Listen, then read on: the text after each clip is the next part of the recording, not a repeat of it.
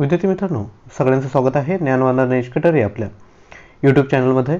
आणि आजच्या व्हिडिओमध्ये विद्यार्थ्यांनो आपण भारतीय राज्यघटना किंवा भारतीय राज्यव्यवस्था यावरचे जेवढेही महत्त्वपूर्ण प्रश्न आहेत ते आपण बघणार आहोत.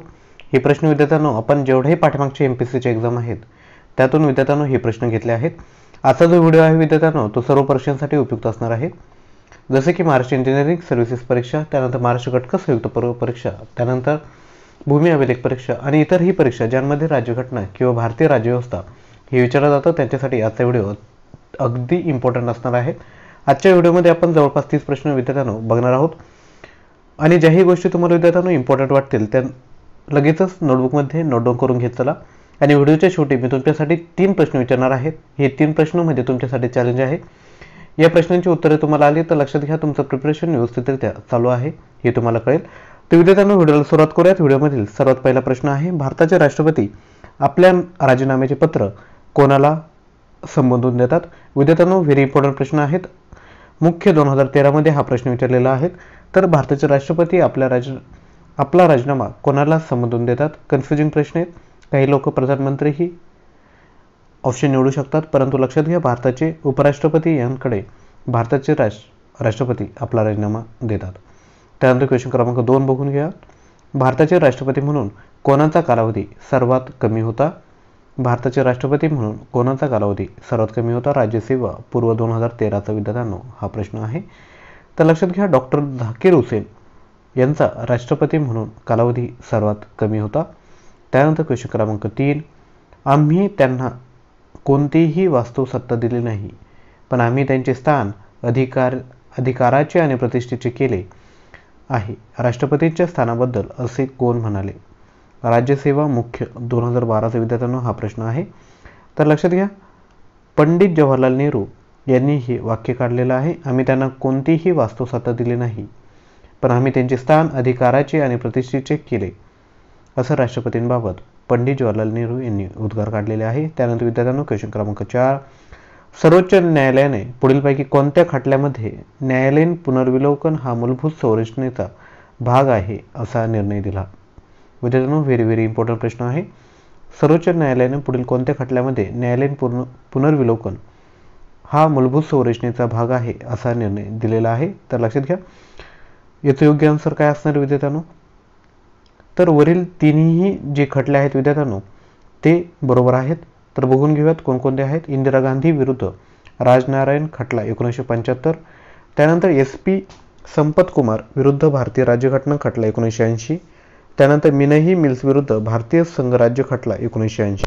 या तिन्ही प्रकरणात सर्वोच्च न्यायालयाने असं त्यांचं मत दिलं आहे. त्यानंतर क्वेश्चन क्रमांक 5, राष्ट्रपती खालील कोणत्या परिस्थितीत आणीबाणी घोषित करतात? राज्यसेवा मुख्य 2013चा हा प्रश्न विद्यार्थ्यांनो.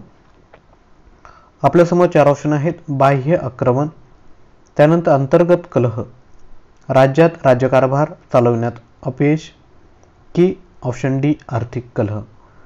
तर लक्षात घ्या विद्यार्थ्यांनो ऑप्शन क्रमांक C बरोबर आहेत. म्हणजे कोणकोणत्या प्रकरणात राष्ट्रपती आणीबाणी घोषित करू शकतात? बाह्य परकीय आक्रमण, त्यानंतर राज्यात राज्यभार चालवण्याचं अपयश आणि आर्थिक कलह. या 3 गोष्टींबद्दल राष्ट्रपती आणीबाणी लावू शकतात. अंतर्गत कलहासाठी लावू शकत नाहीत. त्यानंतर विद्यार्थ्यांनो क्वेश्चन क्रमांक 6, संसद सदस्य अथवा राज्य विधिमंडळ सदस्य राष्ट्रपती म्हणून निवडून येऊ शकतो, परंतु राज्यसेवा मुख्य 2013चा विद्यार्थ्यांनो हा प्रश्न आहे. निवडणूक लढविण्यापूर्वी त्यास आपल्या पदाचा राजीनामा द्यावा लागतो. त्यानंतर त्याची निवड झाल्यास त्यास तात्काळ आपले पद सोडावे लागते. त्यास निवडीनंतर आपले पद 6 महिन्यांच्या आत सोडावे लागते. की ऑप्शन 4, संसद सदस्य निवडणूक लढवू शकतो, परंतु राज्य विधिमंडळ सदस्य निवडणूक लढवू शकत नाही. तर लक्षात घ्या याचं योग्य आन्सर आहे ऑप्शन क्रमांक 2, त्याची निवड झाल्यास त्यास तात्काळ आपले पद सोडावे लागते. संसद सदस्य अथवा राज्य विधिमंडळ सदस्य राष्ट्रपती म्हणून निवडून येऊ शकतो, परंतु काय तर त्याची निवड झाल्यास त्यास तात्काळ आपले पद सोडावे लागते.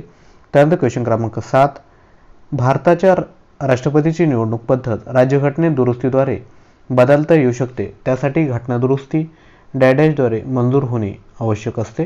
विद्यार्थ्यांनो व्हेरी इम्पॉर्टंट प्रश्न आहे.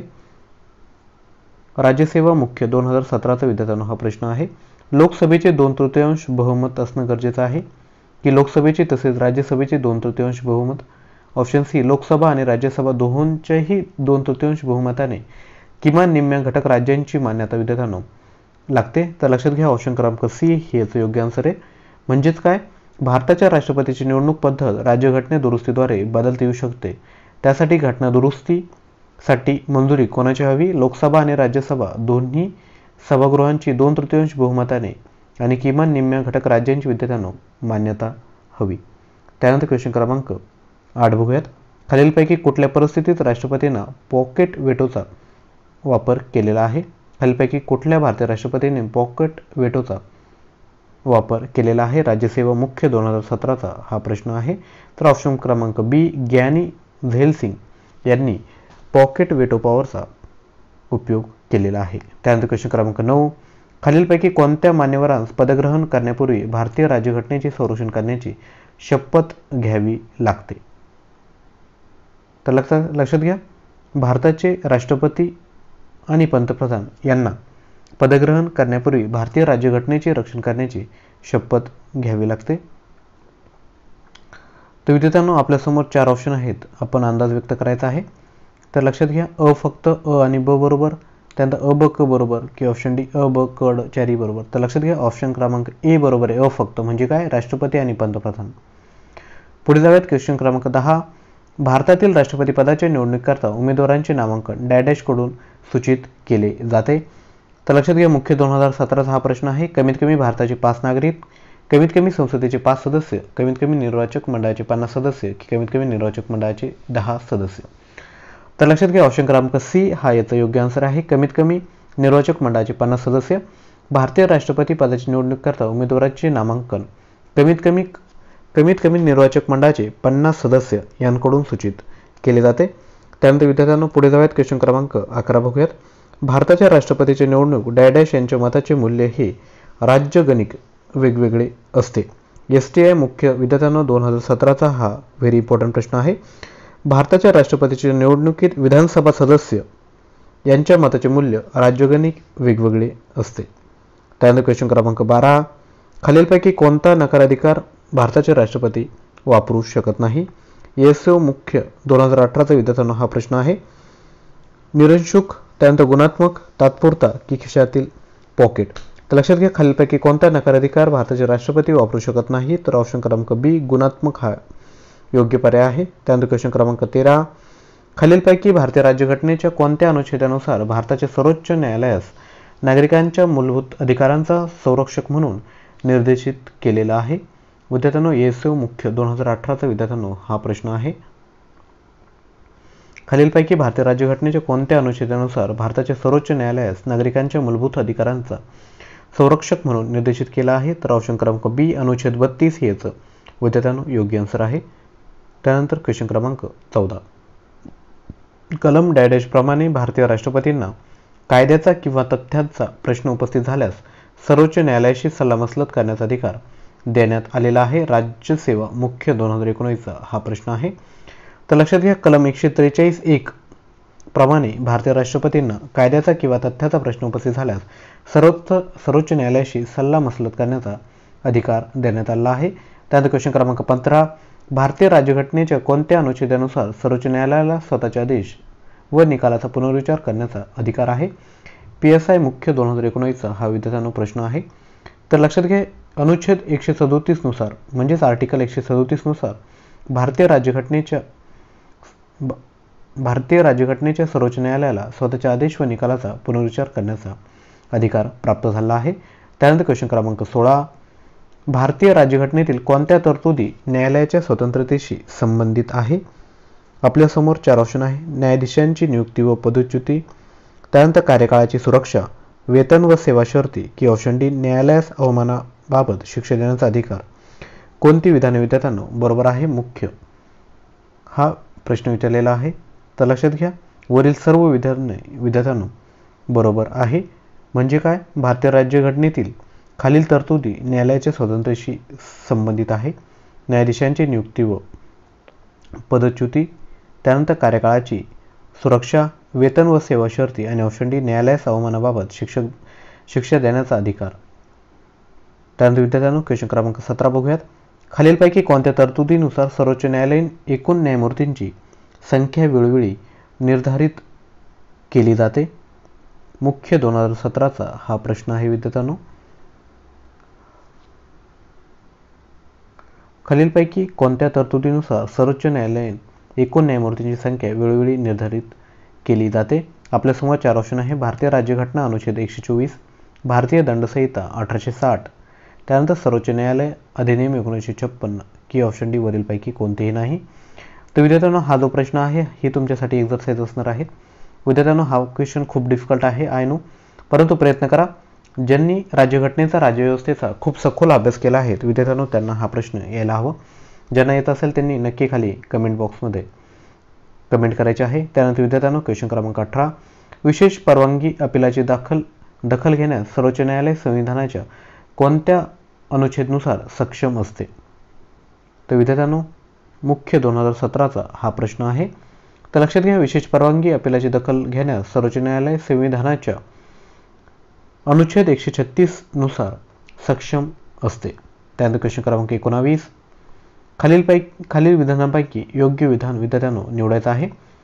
जनहित याचिका उच्च न्यायालयामध्ये संविधानाचे कलम 226 नुसार दाखल केली जाऊ शकते. जनहित याचिका उच्च न्यायालयामध्ये संविधानाच्या कलम 32 नुसार दाखल केली जाऊ शकते. विद्यार्थ्यांनो लक्षात घ्या, यापैकी एकच कोणतं तरी बरोबर असू शकतं. तर लक्षात घ्या, फक्त अ हे बरोबर आहे, म्हणजे कलम 226 नुसार आपण जनहित याचिका उच्च न्यायालयामध्ये दाखल करू शकतो. त्यानंतर क्वेश्चन क्रमांक 20, खालीलपैकी कोणते उच्च न्यायालय आणि सर्वोच्च न्यायालय या दोन्हींच्या अधिकार क्षेत्राखाली येते? राष्ट्रपतींच्या निवडणुकीसंबंधी विवाद, केंद्र आणि राज्यांमधील विवाद, त्यानंतर राज्य यांच्यातील विवाद, मूलभूत हक्कांच्या संरक्षण संबंधीचे विवाद. तर लक्षात घ्या, मूलभूत हक्कांच्या संरक्षण संबंधीचे विवाद हे उच्च न्यायालय आणि सर्वोच्च न्यायालय या दोन्हींच्या अधिकार क्षेत्राखाली विद्यार्थ्यांनो येत असतं. त्यानंतर क्वेश्चन क्रमांक 21, भारतीय राज्यघटनेनुसार सर्वोच्च न्यायालयाशी पुढील व्यक्ती सल्लामसलत करू शकते? विद्यार्थ्यांनो आपण ऑलरेडी बघितलं आहे, म्हणजे जे भारताचे राष्ट्रपती आहे ते भारतीय राज्यघटनेनुसार सर्वोच्च न्यायालयाशी पुढील व्यक्ती सल्लामसलत करू शकतात. त्यानंतर विद्यार्थ्यांनो क्वेश्चन क्रमांक 22, भारतीय राज्यघटनेने निश्चित केलेली राज्य विधानसभेची जास्तीत जास्त सभासद संख्या किती आहे? STI पूर्व 2016चा हा विद्यार्थ्यांनो प्रश्न आहे. लक्षात घ्या, ऑप्शन क्रमांक डी 500 हेच योग्य आन्सर आहे. विद्यार्थ्यांनो डेली आपण आपल्यासाठी दररोज सकाळी 8 वाजता 30 प्रश्न आपण आणत असतो. डेली आपण भारतीय राज्यघटना, तसेच महाराष्ट्राचा भूगोल, त्यानंतर सामान्य विज्ञान, तसेच मराठी व्याकरण, अशा सर्व गोष्टी विद्यार्थ्यांनो आपण कव्हर करत असतो. जेही क्वेश्चन आपण आपल्यासाठी आणत असतो विद्यार्थ्यांनो हे परीक्षाभिमुख प्रश्न असतात. लक्षात घ्या, कोणत्याही पूर्वपरीक्षा तुम्हाला जर क्वालिफाय करायची असेल तर आपल्याकडे क्वेश्चनचा साठा जर असेल तर आपण कोणतीही एक्झाम इझिली क्वालिफाय करू शकतो. मी याआधी जेवढेही एक्झाम क्वालिफाय झालो आहेत विद्यार्थ्यांनो ते ही स्ट्रॅटेजी यूज करून उपयोग झालेला आहोत. तुम्ही कितीही थिअरी वाचा, परंतु जर तुम्ही क्वेश्चनचा सराव जर केला नाही तर त्याला काहीही अर्थ नाही. त्यामुळे जेवढेही क्वेश्चन येतात विद्यार्थ्यांनो आपण वेगवेगळी प्लेलिस्ट केली आहे. आपण एकदा व्हिडिओ बघा, नोट्स काढा आणि एकदा एक्झामला जाण्यापूर्वी सर्व प्लेलिस्ट रिवाईज करा. नक्की मी तुम्हाला गॅरंटी देतो की पूर्वपरीक्षा तुम्ही इझिली क्वालिफाय करू शकतात. आणि लक्षात घ्या, पूर्वपरीक्षेमध्ये आपणास 80 किंवा 90 मार्क घेणं हा कधीही पर्पज नसतो. जास्तीत जास्त मार्क्स घेऊन क्वालिफाय होणं हा पर्पज असतो. त्यामुळे स्मार्ट स्टडी करा. उगीच एखादा सब्जेक्ट घेऊन त्यामध्ये खूप डिटेल अभ्यास करणं सोडून द्या. परीक्षाभिमुख अभ्यास करा. परीक्षेत कोणते प्रश्न विचारले जाऊ शकतात त्यानुसार अभ्यास करा. तसेच चालू घडामोडी हा जो टॉपिक आहे तो डेली बेसिसवर करणं गरजेचं आहे. तुम्ही म्हणाल की मी एक कोणतरी बुक परचेस करेल आणि एक्झामच्या वेळेस मी वाचेल, तर लक्षात घ्या चालू घडामोडी हा टॉपिक खूप व्हॉलॅटाईल आहे. व्हॉलॅटाईल इन द सेन्स की तुमच्या ब्रेनमध्ये सेव्ह राहणं खूप डिफिकल्ट आहे. त्यामुळे डेली जे व्हिडिओ येतात विद्यार्थ्यांना आपल्या डेली करंट अफेअर्सचे, आपण कोणतेही व्हिडिओ घेत नाहीत, म्हणजे जसं न्यूजपेपरमध्ये कोणत्याही न्यूज येतात तसे नसतात. परीक्षाभिमुख प्रश्न त्यामध्ये इन्क्लूड करायचा मी प्रयत्न करत असतो. त्यामुळे डेली चालू घडामोडीचे जे विद्यार्थी व्हिडिओ बघतात दररोज रात्री 8ला त्यांना नक्कीच हेल्प होणार विद्यार्थ्यांनो. आणि ज्यांनीही आपलं टेलिग्राम चॅनल जॉईन केलं आहे, जवळपास आपल्याकडे आता 480 पर्यंत विद्यार्थ्यांनो MCQ झाले आहेत. परीक्षेला जाण्यापूर्वीही तुम्ही ते सर्व प्रश्न विद्यार्थ्यांनो रिवाईज करू शकता. विद्यार्थ्यांनो पुढे जाऊयात. क्वेश्चन क्रमांक 23, खालीलपैकी कोणत्या कायद्यानुसार कलकत्ता येथे सर्वोच्च न्यायालयाची स्थापना करण्यात आली? तसेच भारतात केंद्रीय प्रशासनाची व्यवस्थेची पायाभरणी झालेली आहे. राज्यसेवा मुख्य 2017चा विद्यार्थ्यांनो हा प्रश्न आहे. तर लक्षात घ्या, 1777चा रेग्युलेटिंग ॲक्ट या कायद्यानुसार कलकत्ता येथे सर्वोच्च न्यायालयाची स्थापना करण्यात आली. तसेच भारतात केंद्रीय प्रशासन व्यवस्थेची पायाभरणी झाली. त्यानंतर क्वेश्चन क्रमांक 24, सर्वोच्च न्यायालयाने पुढील कोणत्या खटल्यात नैसर्गिक न्यायाचे तत्व अंगीकारलेले आहे? आपल्यासमोर 4 ऑप्शन आहेत. ओपी नायर विरुद्ध भारत सरकार, संजीव कपूर विरुद्ध महाराष्ट्र, रणवीर सिंग विरुद्ध केरळ राज्य की मनिका गांधी विरुद्ध भारत सरकार. तर लक्षात घ्या ऑप्शन क्रमांक डी, मनिका गांधी विरुद्ध भारत सरकार. या खटल्यात सर्वोच्च न्यायालयाने नैसर्गिक न्यायाचे तत्व अंगीकारलेले आहे. त्यानंतर क्वेश्चन क्रमांक 25, सर्वोच्च न्यायालयाचे स्वातंत्र्य खालील मुद्द्याद्वारे अधोरेखित होते. PSI मुख्य 2017चा हा प्रश्न आहे. अवमान झाल्यास दंड अधिकार. त्यानंतर न्यायालयाच्या कर्मचारी वर्गाची भरती व नियुक्ती, कार्यकालाची सुरक्षितता आणि न्यायाधीशांच्या नियुक्ती व संबंधी संविधानिक तरतूद. तर लक्षात घ्या वरील सर्व हे ऑप्शन विद्यार्थ्यांनो बरोबर आहेत. हे सर्व ऑप्शन सर्वोच्च न्यायालयाचे स्वतंत्र मुद्द्यांवर अधोरेखित केलेलं आहे. त्यानंतर विद्यार्थ्यांनो क्वेश्चन क्रमांक 26, जेव्हा नवीन संविधानाने न्यायालयाचा आरंभ झाला तेव्हा भारताच्या सर्वोच्च न्यायालयात न्यायाधीशांची एकूण संख्या किती होती? व्हेरी इम्पॉर्टंट प्रश्न. ESO मुख्य 2018चा हा विद्यार्थ्यांनो प्रश्न आहे. तर लक्षात घ्या जेव्हा नवीन संविधानाने न्यायालयाचा आरंभ झाला तेव्हा भारताच्या सर्वोच्च न्यायालयामध्ये न्यायाधीशांची एकूण संख्या 8 ही एवढी होती. त्यानंतर क्वेश्चन क्रमांक 27, सार्वजनिक स्थळांवर धूम्रपान केल्यामुळे धूम्रपान न करणाऱ्यावर होणाऱ्या दुष्परिणामांना अनुसरून सर्वोच्च न्यायालयाने डॅश या जनहित याचिकेवर काही निर्देश दिले आहेत व सार्वजनिक ठिकाणी धूम्रपानास बंदी केलेली आहे. तर लक्षात घ्या PSI मुख्य 2015चा हा प्रश्न आहे. तर मुरली S देवरा विरुद्ध भारतीय संघ या खटल्यादरम्यान न्यायालयाने हे निर्देश दिलेले आहेत. त्यानंतर क्वेश्चन क्रमांक 28, राज्यसभेचे पहिले अध्यक्ष म्हणून खालीलपैकी कोणाचा नामनिर्देश करता येईल? तर लक्षात घ्या राज्यसभेचे पहिले अध्यक्ष म्हणून डॉक्टर राधाकृष्णन यांचा नामनिर्देश करता येईल. त्यानंतर क्वेश्चन क्रमांक 29, सरपंच उपसरपंच यांच्या विरुद्ध अविश्वासाचा ठराव आणायचा असल्यास तो ग्रामपंचायतीच्या एकूण सदस्यांपैकी किमान सदस्यांना मांडावा लागतो. तर लक्षात घ्या ऑप्शन क्रमांक बी, 1/3. जर सपोज 18 जर तिथे एकूण सदस्य असेल तर त्यापैकी 6 सदस्यांनी किमान ठराव मांडणं गरजेचं असतं, अविश्वासाचा ठराव. त्यानंतर क्वेश्चन क्रमांक 30, खालीलपैकी कोणत्या व्यक्तीला पदावरून दूर करताना महाभियोग पद्धत वापरली जात नाही? PSI पूर्व 2013चा विद्यार्थ्यांना हा प्रश्न आहे. राष्ट्रपती, त्यानंतर मुख्य निवडणूक, सर्वोच्च न्यायालयाचे न्यायाधीश की राज्यपाल. तर लक्षात घ्या राज्यपालांना पदावरून दूर करण्यासाठी महाभियोग पद्धत वापरली जात नाही. राष्ट्रपती त्यांना कधीही पदावरून दूर करू शकतात. तर विद्यार्थ्यांनो मी ऑलरेडी सांगितलं आहे, व्हिडिओ अगदी मन लावून बघा. तुमच्यासाठी पुढील जेवढेही प्रश्न आहेत विद्यार्थ्यांनो ते तुमच्यासाठी चॅलेंज आहे. या प्रश्नांची जर तुम्ही उत्तर देऊ शकलात तर लक्षात घ्या तुमचा राज्यव्यवस्थेबाबत किंवा पॉलिटीचा खूप चांगल्या पद्धतीने अभ्यास झाला आहे. तर लक्षात घ्या पहिला प्रश्न आहे, राज्यसभेचे पहिले अध्यक्ष म्हणून खालीलपैकी कोणाचे नामनिर्देश करता येईल? त्यानंतर भारतीय राज्यघटनेने निश्चित केलेली राज्य विधानसभेची जास्तीत जास्त सभासद संख्या किती आहे? त्यानंतर भारताचे राष्ट्रपती आपल्या पदाचा राजीनामा कोणाकडे देऊ शकतात किंवा कोणाला संबोधून विद्यार्थ्यांना देऊ शकतात? जर विद्यार्थ्यांना तुम्हाला आमचे एफर्ट जर आवडत असेल तर विद्यार्थ्यांनो नक्की काय करायचं, व्हिडिओला लगेचच लाईक करून द्या. त्यानंतर आपले जेवढेही मित्र आहेत, जेवढे तुमचे व्हॉट्सअप ग्रुप असेल त्यांपर्यंत नक्की विद्यार्थ्यांनो शेअर करा. नॉलेज शेअर केल्याने वाढत असतं, ही गोष्ट लक्षात ठेवायची आहे. आणि चॅनलवर नवीन असाल तर चॅनलला नक्की सबस्क्राईब करून घ्या, कारण की डेली सकाळी 8 आणि सायंकाळी आपले व्हिडिओ येत असतात.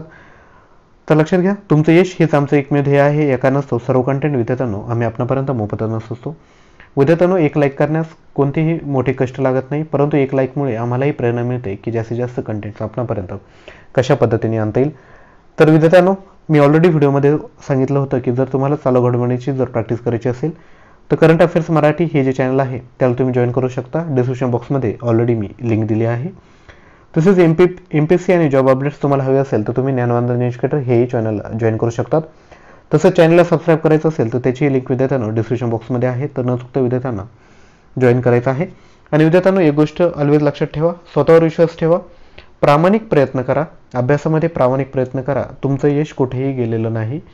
लक्षात घ्या कन्सिस्टन्सी तुमच्या अभ्यासात असणं गरजेचं आहे, सातत्य असणं गरजेचं आहे. आणि सातत्य जर तुम्ही ठेवलं आणि आपल्याजवळ जर नोट्स रेडी जर ठेवल्या तर एक्झामपूर्वी जे एन्झायटी येते म्हणजे आपण जे घाबरतो ते तुम्ही कधीही घाबरणार नाही. तुम्ही किती बुक्स आत्तापर्यंत वाचली याला काहीही व्हॅल्यू राहत नाही. तुमच्याकडे किती नोट्स आहेत, किती तुम्ही शॉर्ट्स नोट्स तयार केल्या आहेत, तुमच्याकडे किती प्रश्नांचा साठा तुमच्या लक्षात आहेत, ह्याच गोष्टी विद्यार्थ्यांनो तुम्हाला परीक्षेचे एक दिवस आधी कॉन्फिडन्स देत असतात. आणि हाच कॉन्फिडन्स तुम्हाला एक्झाममध्ये किंवा क्वालिफाय करण्यासाठी महत्त्वाचा असतो. तर विद्यार्थ्यांनो, ज्याही गोष्टी मी तुम्हाला सांगत असतो त्या तुम्ही नक्की नोट डाऊन करून घेत चला. तुम्हाला एखाद्या व्हिडिओवर, एखाद्या टॉपिकवर नवीन व्हिडिओ हवा असेल तर नक्की खाली कमेंट बॉक्समध्ये तुम्ही कमेंट करा.